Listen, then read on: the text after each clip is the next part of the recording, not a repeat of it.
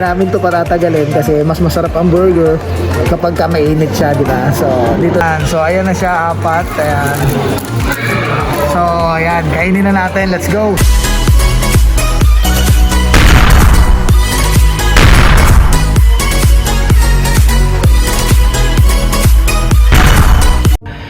So what's up mga kapatid, another vlog na naman at ang araw natin ngayon Lunes, ayan, at naisipan naming mag-asawa, ayan, bumawa ko na dyan, naisipan naming mag-asawa na kumain ng McDo. So ano ba ang dapat namin gawin para makalibre? So nag-isip kami ng mga paraan kung paano kami makakalibre at ito ang naisip namin na paraan.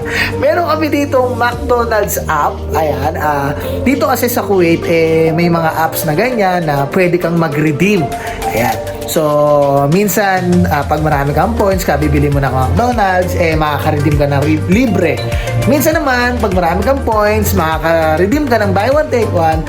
At yung i-redeem namin ngayon, discounted siya. So, kukuha kami ng 4 na burger. Ang babayaran lang namin is halagang 1 KD. So, convert nyo na lang 1 KD, convert na natin depende sa palitan, so mga range siya ng 175 or 170 160 ganyan. So ano ba yung McDonald's app na yan? So pakita mo yung McDonald's app dito. Eto, nanonood ng baby. Yan, so eto siya. Yung McDonald's apps na yon is pagka every time na bibili kami ng McDonald's, pinapaska namin yun para magkaroon kami ng points. So, hindi ko alam kung may ganito sa Pinas, pero dito uso to. Ayan. So, eto siya. Ayan, kung nakikita nyo, ayan, McDonald's apps, ayan. Tapos, meron dito yung rewards. Ayan, pipindutin mo lang yung rewards na yan. Tapos, ayan, mamili ka. Ayan, may mga discount na yan, may mga discount yan. Ang kukunin namin is ito, ayan. Ayan, kukunin namin yan, ayan. 500 pills lang siya. So, dalawa. Bali, dalawang set, 4 na piraso. Magiging 4 na burger siya. So, ano pang hinihintay natin mga kapatid? Sumugod na tayo sa McDonald's store. Let's go! So, doon na tayo magkita-kita.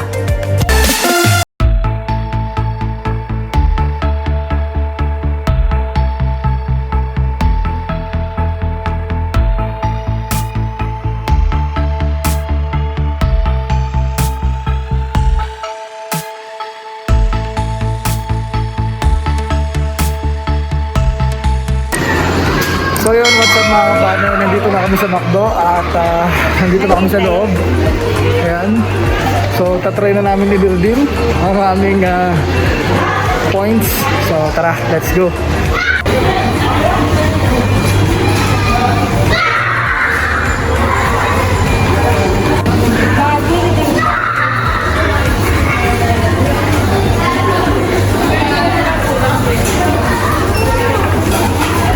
Tapos na yun? Ganun lang? Ganun lang. Dine-in po, ma'am? Dine-in. Okay lang po mag-dine-in, ma'am? Sige, dine-in na lang tayo. So ayun mga partner, nandito na kami sa loob ng McDo at naipunch na yung redeem namin. So eto na siya, papakita namin sa inyo. Ayan. Ayan lang oh. Ayan lang yung binayaran namin, 500. Tsaka yung isa 500 din. So halagang 1KD lang makakakuha kami ng, so sa halagang 1KD lang makakakuha kami ng tagdalawang burger. So dito na namin kakainin. Nag-dine in kami. Nagulat kami kasi pwede na palang dine in kahit walang vaccine, di ba? So hindi na namin to patatagalin kasi mas masarap ang burger kapag ka mainit siya, di ba? So dito na natin kakainin. Antayin na lang natin. Tapos dito na natin kainin yung 4 na burger. Excited! So ayun mga partner, legit siya, dumating na siya. Papakita namin sa inyo yung order, yung in-order namin, no? Ayan, so ayan na siya, 4. Ayan. So ayan, kainin na natin, let's go!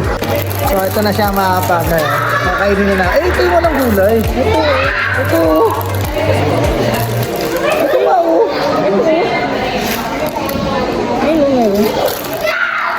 Ito na yung gulay niyan? Ito ang sa akin wala. Ano yun yung pickles lang? Ano ba yun? So ito na siya.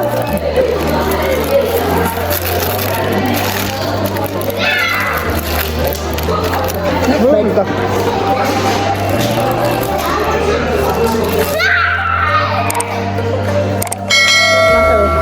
Mamat pantulak. Ano problema? Bibigyan ka sa labas.